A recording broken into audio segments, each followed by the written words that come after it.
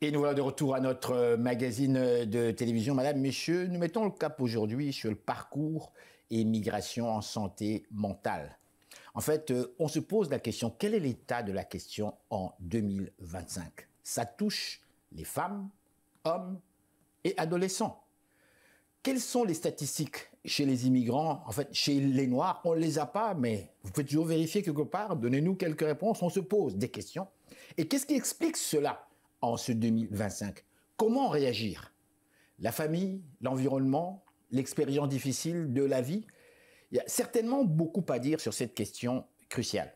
Lorsqu'on émigre dans un autre pays, un pays en fait étranger, tout peut arriver. Mais on ne s'attend pas à vivre la maladie mentale. Que s'est-il donc passé au juste? En fait, notre invitée aujourd'hui, Madame Tamara George, est là pour nous donner un peu plus d'informations. Elle a une maîtrise en psychologie clinique, donc psychopathologie. Bonjour, merci de votre présence à l'émission. Bonjour Henri, ça me fait plaisir d'être avec vous cet après-midi également. Comment ça va? Ça va bien. Le beau temps revient, ça va très bien. Oui, le beau temps. Oui, l'hiver est fini. Vous savez, c'est un plaisir de vous recevoir à cette émission, Madame George. Nous parlons quand même d'un sujet crucial. Nous parlons ici de maladies mentales qui ciblent les personnes immigrantes comme telles. Avant d'aller plus loin dans cette interview, qui est Madame Tamara George? Ok, en fait, et comme vous venez de le dire, mon nom est Tamara George, je suis haïtienne et d'origine, j'ai une maîtrise en psychologie clinique et psychopathologie et actuellement, je suis intervenante psychosociale à Arborescence. Alors, Arborescence, c'est un organisme communautaire qui travaille avec les proches, qui ont des proches avec des enjeux de santé mentale. Comment expliquer cela? Ma question vous paraît peut-être large, peut-être stupide, naïve. Question simple pour monsieur, madame, tout le monde qui nous regarde. Comment expliquer quelqu'un qui vient d'ailleurs? Quand on part d'ailleurs, c'est parce qu'on a un rêve. Quand on décide, c'est ce que beaucoup de gens ne suivent peut-être pas, ne connaissent peut-être pas, mais quand on décide de quitter son pays d'origine, c'est parce que c'est un peu comme si on se tue quelque part, hein, parce qu'on a vécu des choses, on n'en peut plus. On prend une décision, on va abandonner ceux qu'on a connus, ceux qu'on a aimés, nos parents, nos amis, ceux avec qui on a vécu des choses difficiles, qui nous ont marqués. On les quitte tous pour aller ailleurs, dans un autre paysage. Quand on parle du Québec, il fait froid. Tout à l'heure, on a commencé par se dire, il fait beau, enfin, il fait froid. On est ailleurs, tout est ailleurs. Les odeurs et tout, les gens ont leur histoire, ils ont leur façon d'être. Et paf, la maladie mentale arrive. Vous, dans les expériences que vous avez vécues, je vais vous laisser parler. Ok. Généralement, ce qui se passe, comme vous venez de le dire, souvent, la personne qui décide de laisser son pays, parfois, il y a justement des histoires de migration où, comme la personne n'est pas comme forcée. Mais ces derniers temps, ce qu'on est en train de vivre, c'est que par rapport aux conflits qu'il y a dans les pays, les difficultés sociales, économiques, beaucoup plus de personnes sont amenées à immigrer vers des pays qui paraissent justement pouvoir leur offrir de meilleurs, un avenir beaucoup plus radieux. Si je vais vous arrêter.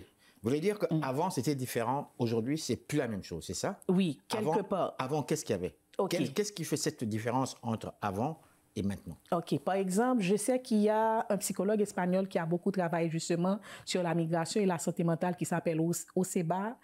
Et Joseba, je ne me rappelle plus le nom, mais le nom de famille, c'est ce qui est le plus important, mais je ne me rappelle pas.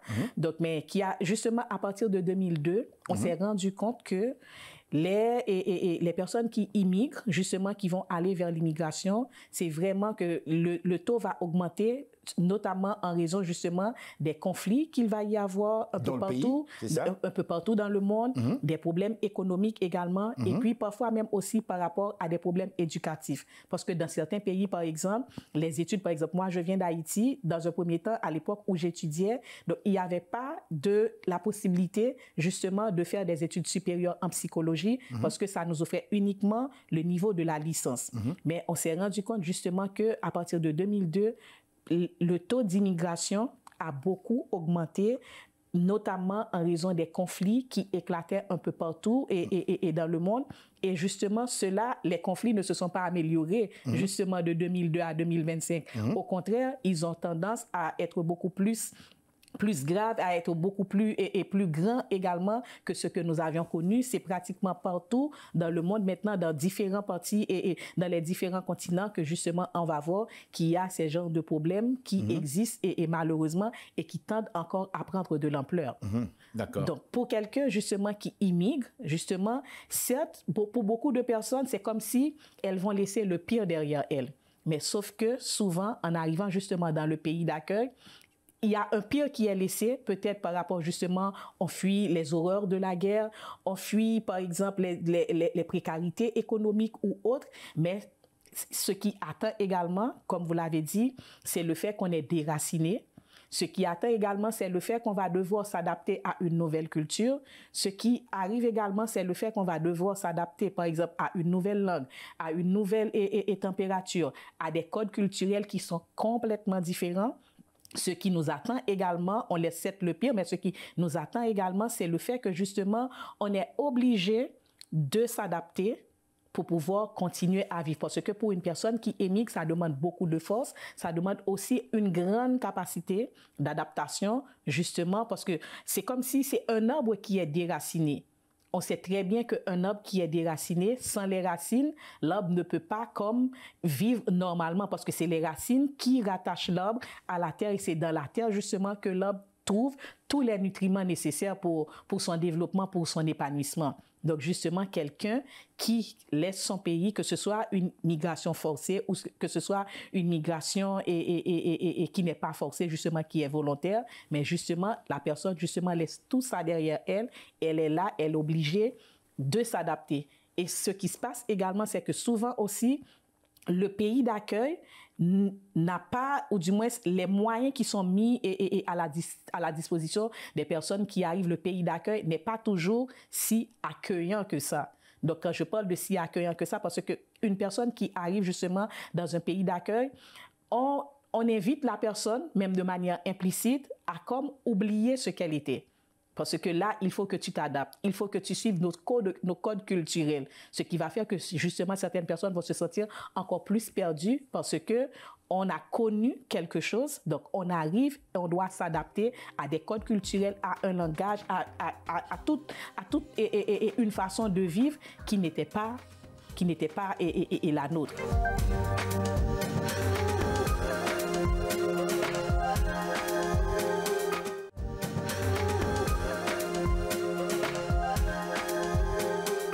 Je me mets toujours dans la peau de nos téléspectateurs qui vous écoutent. Certains parmi eux ne sont jamais allés dans les pays du tiers-monde et autres parce que, bon, pour x, y raison, quand on voyage ici, on va vers Cuba, on va en République dominicaine. En fait, les gens vont se reposer, prendre du soleil ou bien l'Europe pour s'instruire un peu. Mais les autres pays, là, c'est pas très, très intéressant. En fait, ma question ici, quelqu'un qui part de ces pays-là, il sait que bon, il doit quitter absolument parce que ça va pas du tout. Et on lui parle du Canada parce qu'on est au Canada, au Québec. Il me semble que c'est la moindre des choses que la personne s'informe un petit peu, non? On va poser des questions, même si on n'a pas toujours les bonnes réponses, parce que moi, ça m'est arrivé. Avant de venir ici, j'étais à New York et mon père m'a envoyé ici pour faire mes études par la force en français. Je ne voulais pas venir, je voulais rester avec eux. Mais j'étais tellement inquiet, tellement stressé que je demandais aux non-employés chez nous, c'est comment le Canada? C'est comment les études là-bas? C'est quoi les profs là-bas? Évidemment, j'ai vite réalisé qu'ils étaient très ignorants. Ils ne connaissaient pas le Canada. Et d'ailleurs, ça m'avait surpris de voir que les Américains ne connaissent pas le Canada. Mais bref, quelqu'un qui sort de son pays, selon moi, il me semble qu'on prend quand même le temps de s'informer. On ne vient pas comme ça dans un pays sans savoir qu'il fait froid l'hiver ou sans savoir qu'il faut porter des manteaux, des bottes, des choses comme ça, non? OK. Ces informations-là, à la base, les personnes qui vont immigrer sont au courant de ces informations. Mais sauf que la réalité va souvent dépasser ce qu'elles espèrent. Par exemple, même aussi parce que souvent, les personnes qui sont déjà là peuvent présenter le pays parce que c'est vrai qu'il y a beaucoup de difficultés pour les personnes migrantes, mais souvent, le pays représente, il y a beaucoup d'opportunités. Donc souvent, ce qui est plus mis en valeur même par les personnes de notre communauté qui étaient déjà là. Ce qui va être beaucoup plus mis en valeur souvent, c'est les opportunités. Certes, les opportunités sont là, mais la réalité est complètement différente, justement parce que même quand on te dit que, par exemple, pour moi qui viens d'Haïti, c'est toujours 25-32 degrés. Même quand on me dit, parce que dans ma tête, avant d'arriver ici au Québec, quand on me dit 0 degré, -1, c'est un concept. Je ne sais pas si vous comprenez, c'est un concept. Par exemple, je sais que dans ma tête, quand je faisais la physique à l'école, 0 degré, on me dit que c'est là que ça commence à geler, par exemple. Oui, c'est ça, justement. Oui. Mais dans ma tête de fille des îles, dans ma tête d'haïtienne, 0 degré, c'est un concept. On me dit qu'il fait froid, mais c'est un concept. Donc, c'est vrai que je suis informée. Je sais qu'il peut faire -20, -30, mais quand j'arrive ici, c'est complètement différent, cette information, par rapport à la réalité, justement. Oui, oui. Donc, on est certes informé, mais et puis, il y a beaucoup de choses qui comptent également, même le parcours migratoire. Par exemple, certaines personnes peuvent être informées, mais dépendamment du parcours migratoire, parce que certaines personnes vont venir ici avec un statut qui n'est pas légal versus quelqu'un qui vient, par exemple, justement avec une résidence permanente qui est légale. Donc, tout ça également, c'est différent. Le parcours migratoire, qu'est-ce que c'est? Je vous arrête. OK. Le parcours migratoire, justement, c'est comme le parcours, c'est tout ce que la personne a. Quand je parle du parcours migratoire, ça parle aussi de la personne, de son histoire avant tout, de son histoire et ce qu'elle a fait justement, quel est tout le parcours qu'elle a fait pour être ici. Par exemple, là, on est au Québec, pour être ici justement, ici au Québec. Donc, on ne va pas avoir seulement la personne qui sort, par exemple, du Congo pour être ici actuellement au Canada, mais avant de sortir du Congo, cette personne-là avait une histoire. Et c'est souvent cette histoire également qui peut avoir un impact sur comment la personne justement va s'adapter. Donc, c'est pas comme, par exemple, Henri qui vient du Congo et puis Henri qui prend l'avion parce que c'est pas comme un parcours physique. Donc, tu viens du Congo, tu prends l'avion et tu arrives aux États-Unis où je viens d'Haïti, je prends l'avion et j'arrive au Canada. Donc, mon parcours, c'est que qui j'étais dans mon pays, quelles sont les ressources que j'avais, quels sont mes points forts, mes points faibles, que ma communauté, justement, était comme le pilier de tout ça, ma culture était le pilier de tout ça. Donc, j'arrive ici, donc comme je l'ai dit tantôt, je peux, par exemple, arriver ici avec un statut légal, tout comme je peux arriver avec un statut qui n'est pas légal. J'arrive ici également, qu'est-ce que j'ai comme force est-ce que je peux facilement travailler? Est-ce que je peux m'adapter avec la langue? Est-ce que, par exemple, les codes culturels, donc tout ça, justement, fait partie de ce qu'on appelle le parcours migratoire de la personne. Donc, c'est l'histoire de la personne dans son pays d'origine qui fait ce parcours pour être cette personne qu'elle est là aujourd'hui. On parle de maladie mentale. Est-ce que tous ces éléments font en sorte qu'il y a un boom qui se fait, ça craque carrément à un moment donné? Je ne dis pas toutes les personnes, mais quelques personnes, à un moment donné, on n'en peut plus et puis ça craque. Ça se manifeste, c'est ça? OK. Ce qui se passe également, même quand on va parler de ça également, donc on va voir, tantôt je parlais de l'histoire de la personne et de la structure également. Certaines personnes, justement, peut-être avant même d'immigrer, avaient déjà des enjeux de santé mentale. Donc, une fois arrivé ici, donc la migration, le changement qui va se faire, donc ces changements-là, justement, que la personne va vivre, va faire que les enjeux de santé mentale vont devenir encore plus présents. D'accord. Alors, on va revenir aux enjeux rapido presto, juste pour situer notre public. Quand on parle des enjeux en santé mentale, qu'est-ce que cela veut dire? Donner seulement quelques éléments. OK. Quand on parle d'enjeux de santé mentale, souvent, on va voir les troubles mentaux, ou du moins les maladies de santé mentale, les maladies mentales. Donc, c'est-à-dire comme par exemple la dépression, le stress post-traumatique, l'anxiété. Donc, souvent, on va voir, ou du moins la psychose, on va voir ces genres de maladies, justement, quand on parle d'enjeux de santé mentale. Même si ces maladies sont contenues quand même par une médication suivie déjà dans le pays, puisqu'il me semble que lorsque cela se manifeste, on est quand même dans un monde où quand même il y a des médecins un petit peu partout. Quand cela se manifeste, il me semble que dès le début déjà, les personnes sont prises en charge parce que quand même la famille est là. Pas nécessairement. Pas nécessairement dans le sens que, par exemple, certaines personnes qui avaient déjà une structure fragile, donc la personne n'était pas dans un environnement qui aurait pu créer assez de stress justement pour générer, pour que la maladie mentale, ou du moins son enjeu de santé mentale, et soit comme révélé. Donc, c'est-à-dire, ce sont des personnes, si on reste dans cette catégorie, ce sont des personnes qui avaient déjà des enjeux de santé mentale, mais qui n'étaient pas comme trop prégnants, donc qui arrivent ici, qui arrivent dans un pays, dans le pays d'accueil. Donc, les difficultés que ces personnes-là vont vivre dans les pays d'accueil, justement, vont être comme un catalyseur pour que ces maladies mentales-là apparaissent. Il y a une deuxième catégorie, justement, comme vous venez de le nommer tantôt, où il y avait déjà des enjeux de santé mentale. La personne était peut-être médicamentée ou pas, parce que ça arrive également que, quand on parle de santé mentale également, l'aspect culturel compte. Par exemple, dans une personne, justement, et dans sa culture, donc, la maladie mentale était traitée comme telle, comme une maladie mentale. Donc, souvent, une personne qui était médicamentée, donc qui arrive ici, ça va faire également que le fait que cette personne-là, justement, va vivre des situations extrêmement difficiles, ça peut faire que les symptômes peuvent s'aggraver, même en ayant eu une médication dans les pays d'origine, parce que justement, venir vivre ici, en fait, quitter son pays et venir s'installer dans un autre pays, ça apporte tout son lot de problèmes. Donc justement, c'est la maladie mentale, les enjeux qui étaient déjà là, auront tendance justement à comme s'aggraver par rapport à la situation qui est très stressante pour cette personne. Est-ce que vous avez connu, vous, personnellement, des cas précis par rapport à cela? Ben oui, parce que... En fait, j'ai l'impression que c'est un peu la même chose pour tout le monde, peut-être à des niveaux et beaucoup plus modérés ou plus élevés pour chaque personne, parce que chaque personne qui arrive ici, ou du moins qui arrive dans le pays d'accueil, c'est sûr qu'avant, généralement, on utilisait un mot qui était beaucoup plus soft, on parlait de mélancolie, on parlait de nostalgie, mais donc c'est-à-dire... Ça existe toujours, non? Mais juste, en fait, je dis qu'on parlait de mots qui étaient beaucoup plus soft, mais on va voir qu'au-delà du terme de nostalgie, de mélancolie, il y a des affaires beaucoup plus complexes qui se jouent justement, parce qu'au-delà de cette nostalgie, souvent c'est un isolement, souvent ce sont des symptômes qui vont s'apparenter à la dépression. Donc c'est pour ça que j'ai dit qu'on utilisait un mot soft, mais c'est pas que de la mélancolie quand on quitte notre pays. Donc ça va au-delà de cette nostalgie. C'est ça. On le vit tous, justement. On le vit tout ça. Nostalgie. Sauf que pour certaines personnes, ça va justement être, pour certaines personnes, ça va être comme à un niveau beaucoup plus modéré. Pour d'autres, justement, ça va être à un niveau beaucoup plus élevé.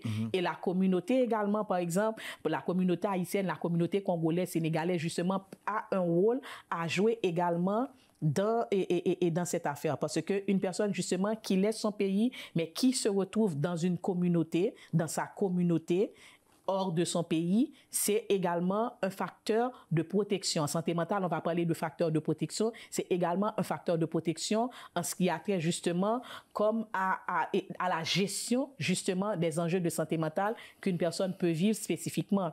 Et d'ailleurs, c'est tellement vrai quand on parle de tout ce qu'on vit. Donc, il y a le docteur Oseba, justement, donc, qui a travaillé sur un concept qui a parlé du syndrome d'Ulysse. Dans la mythologie grecque, alors Ulysse, c'était un roi qui avait laissé son pays, mais qui a passé 20 ans, mais il voulait à tout prix revenir dans son pays. Donc, c'est ce qu'on retient généralement d'Ulysse. Donc, ce qui se passe, justement, on va voir que pour les personnes qui vont immigrer, donc il va y avoir des symptômes qu'on retrouve, donc justement l'isolement, l'anxiété, la dépression, des symptômes dépressifs, etc. La solitude. Donc la solitude, justement, donc ce sont des symptômes qui sont tous là, peut-être comme je l'avais dit tantôt, à un niveau modéré ou élevé, dépendamment de la personne, dépendamment des ressources ou du moins des facteurs de protection que la personne a déjà. D'accord. Maintenant, je vais vous poser 2 éléments ici, parce que le temps passe tellement vite, on a tellement à couvrir. Je vous emmène vers un élément qui va vous choquer. Je parle ici des meurtres. Je parle ici des femmes qui se font assassiner. Je parle ici de l'adolescence qui devient très, très difficile. Je vous souligne ici un cas où un jeune garçon a tué son père, a tué son frère, et ça s'est passé à Toronto, carrément. Un choc épouvantable. Est-ce que, selon vous, on peut relier ces éléments-là par rapport justement à la crise que connaissent certains immigrants quand ils viennent ici et lorsqu'on parle d'inadaptation, ou bien ce sont des cas isolés selon vous? Je ne peux pas répondre directement à ça dans le sens que il faudrait qu'on ait beaucoup plus de données par rapport à ce qui s'est passé. Donc, je ne peux pas rapidement dire, ah oui, c'est exactement ça. Mais sauf que, par exemple, justement, quelqu'un qui arrive ici, qui perd tous ses repères, donc, c'est possible, ça peut possiblement être un facteur également de cette tragédie. Mais je ne peux pas dire oui, c'est exactement ça. Donc là, je ne peux vraiment pas me prononcer par rapport à ce sujet. Mais c'est vraiment des affaires qui arrivent parce que même aussi quand on va parler de psychose, peut-être que c'est dans une crise psychotique que cette personne-là a agi. Donc, justement, donc on va voir que les crises psychotiques, généralement, à la base, c'est qu'il y a des stresseurs énormes. Donc, si la migration, justement, le fait que cette personne-là ne soit plus dans son élément culturel d'avant, ça peut jouer comme un stresseur, donc qui peut déclencher une psychose. Mais il y a plein d'autres facteurs qui peuvent entrer en ligne de compte également. D'accord. Maintenant, moi, je vous mets ici ma dernière question ici, le facteur, l'élément essentiel qui est la vie de tous les jours ici. Celle qu'on vit, celle qu'on ne sent pas, mais qui est là avec nous tous les jours. Les gens que l'on rencontre partout, là où on va travailler, ou dans votre magasin, notre vie quotidienne. Est-ce que, selon vous, croyez-vous qu'on peut parler ici, pour certaines personnes, de l'inadaptation par rapport à ce qu'on peut appeler ici, finalement, la culture? Ça devient comme... On est chez nous ici, on est au Québec ici, on a une façon d'être à nous ici. Est-ce que ce choc-là, parce que c'est un choc, croyez-vous que ce choc-là agit par rapport aux éléments culturels? Et là, je vais beaucoup plus loin, je parle ici dans le couple, sur le plan culturel. L'homme et la femme, ils viennent de chez eux, ils ont une façon de penser, de culture ou autre, de par leur tradition. Mais quand ils arrivent ici, ils regardent la télévision, madame va travailler, elle change, elle réfléchit différemment, elle argumente différemment, et ça conduit éventuellement vers des divorces ou même des chicanes. Croyez-vous que ce sont des éléments, selon vous, qui font qu'on peut parler ici de problèmes en ce qui touche les maladies mentales éventuellement? OK. Souvent, justement, déjà... changer de culture à un autre, je l'ai dit en fait dans tout dans tout ce que j'ai dit avant, donc c'est comme le résumé. Souvent, déjà le changement de culture, ça peut impacter la personne au niveau de l'apparition ou de l'aggravation de certains enjeux de santé mentale.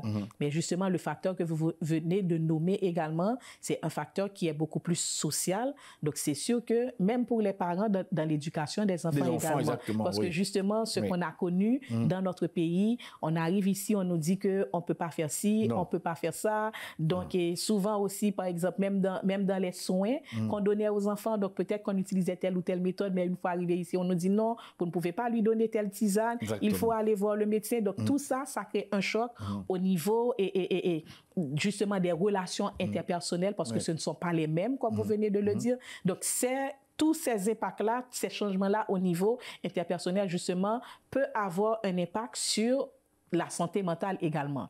Parce que justement, quelqu'un qui s'était marié à une femme qui était de telle façon, mais qui arrive ici, qui voit le changement. Souvent, également, justement, ça va amener des tensions dans le couple. Ça se produit? Ça se produit, même par rapport à la famille, même par rapport à la religion, etc. Ah bon? Donc, c'est des affaires qui se produisent pratiquement et qui sont quotidiennes, justement, et chez les immigrants. La façon, par exemple, pour un adolescent qui vient ici, qui s'habillait de telle ou telle façon, mais qui vient ici, justement, qui voit les autres, qui va à l'école, qui va au collège, qui voit que les vêtements sont différents, qui vont s'habiller d'une autre façon, c'est pas la même affaire. Il voit que ses collègues répondent à leurs parents. Alors que nous, on nous a élevés différemment. Quand papa te parle, tu ne réponds pas, tu écoutes. Ne réponds pas, c'est ça. C'est ça, même par rapport à la langue également, parce que beaucoup de parents vont tiennent beaucoup à leur langue d'origine, mais arrivé ici, l'enfant, justement, étant donné qu'il vit dans un pays où ces interactions, par exemple au Québec, où ces interactions se font en français et en anglais, donc cet enfant-là qui va parler anglais ou français. Donc là aussi, c'est un choc pour les parents. Oui. Souvent, les parents vont le vivre aussi comme le fait qu'ils ont échoué dans l'éducation de leurs enfants parce que ces enfants n'ont pas l'éducation que ces parents-là auraient souhaité, mais justement parce que l'enfant grandit dans deux cultures différentes à la fois. Même pour les enfants aussi, c'est mélangeant. Par exemple, l'enfant qui sait que, par exemple, telle affaire se passe maintenant dans ma famille, mais à l'extérieur, c'est une autre affaire. Oui. Même pour l'enfant, c'est mélangé aussi, ça crée de l'anxiété. Pour le parent aussi, ça crée cette anxiété, ça crée cette pression sociale parce que le parent qui arrive ici avec son enfant a toujours cette pression de que va dire la famille rester là-bas. Par exemple, s'il voit que mes enfants, ils ont des piercings. Donc, c'est quelque part, tu n'as pas réussi, tu as échoué dans ton éducation. Donc, justement, ça aussi, toute cette pression-là va venir créer et va venir comme impacter la santé mentale et des parents, des enfants également qui sont comme... Moi, j'ai eu une fois un enfant qui m'a dit que lui, il était... Parce que j'ai travaillé en milieu scolaire, que en étant... Parce qu'il venait de l'Afrique également, qu'il avait l'impression de comme jouer un rôle, qu'il était un acteur. À l'école? Dans les deux milieux. Ah bon? Parce que dans sa famille, il devait être de telle façon à l'école pour pouvoir s'intégrer, parce que ça, c'est important aussi, pour pouvoir s'intégrer, il devait être de telle façon. Donc, au final, qu'il avait l'impression qu'il était comme tout le temps en train de jouer un rôle. Il vivait dans deux mondes. C'est ça, parce qu'il vivait justement dans deux mondes. Il devait être l'Africain, entre guillemets, à l'école, et il devait être l'Africain adapté à la société québécoise à l'école. Donc, et à la maison devait être l'Africain typique. L'Africain typique. Ah, là, on attend. Ah, oui. Justement, donc ça aussi, ça crée beaucoup, et ça crée beaucoup d'anxiété aussi chez les jeunes, ça crée de l'anxiété chez les parents, l'anxiété, la dépression, tout ça, parce que les parents qui arrivent ici, justement, ou du moins les couples qui arrivent ici, au départ, ils avaient un projet, ils avaient un objectif. Bien sûr. Mais c'est un objectif, justement, qui est mis à rude épreuve par rapport au mode de vie ici, par rapport à la culture québécoise. Donc, souvent, la personne, justement, va se retrouver comme dans une sorte de dépréciation, ou du moins, et son estime de soi vraiment va chuter, parce que justement, la personne va se demander, est-ce que j'ai réussi mon projet, ou du moins, et je ne l'ai pas réussi, mais c'est ma faute souvent quand ça ne marche pas bien. Donc, on va se dire, c'est notre faute, on aurait dû faire ci, on aurait dû faire cela. Donc, encore des affaires qui vont venir impacter la santé mentale de la personne. Bien, Madame Tamara Georges, je dois vous dire déjà merci. C'est vraiment tout le temps, malheureusement, tout le temps. Je veux quand même synthétiser. Qu'est-ce qu'on doit retenir de cette petite interview? OK. Moi, je pense que si on doit retenir quelque chose, parce que souvent aussi, on va voir que dans les enjeux de santé mentale, on n'en parle pas. Parce que surtout pour la famille qui reste là-bas, si on va... Là-bas au pays, donc? Là-bas au pays. Donc, quand on dit qu'on a des enjeux de santé mentale, c'est qu'on n'a pas réussi. Donc, souvent, les personnes ne vont pas parler de leurs enjeux. C'est perçu comme ça. Mais parfois, c'est perçu comme ça, justement. Donc, c'est pour ça que les personnes qui vont avoir ces enjeux-là ne vont pas en parler. C'est surtout de dire à ces personnes, justement, qu'il y a les ressources ici qui existent. Et même quand vous avez un poche, tantôt j'ai parlé de mon organisme Arborescence, même quand vous avez un poche avec un enjeu de santé mentale, vous aussi, vous pouvez être aidé dans comment naviguer cette relation avec ce poche, avec les enjeux de santé mentale. Et je pourrais finir pour dire aussi que pour quelqu'un qui immigre dans un nouveau pays, il faut se voir comme un arbre. Donc, un arbre où les racines sont importantes, mais les feuilles également qui reçoivent le soleil, donc qui est notre avenir quelque part, c'est important également. Donc, c'est l'arbre qui garde ses racines et les feuilles également. Donc, c'est justement pouvoir établir cet équilibre. Et j'insiste surtout de ne pas avoir peur d'aller demander de l'aide, que ce soit pour soi, que ce soit pour un proche. Madame Tamara Georges, merci. Je vous en prie. Beaucoup, merci. Ça fait plaisir. Merci. Alors voilà, mesdames, messieurs, restez là. Nous sommes de retour tout de suite après ces réclames publicitaires.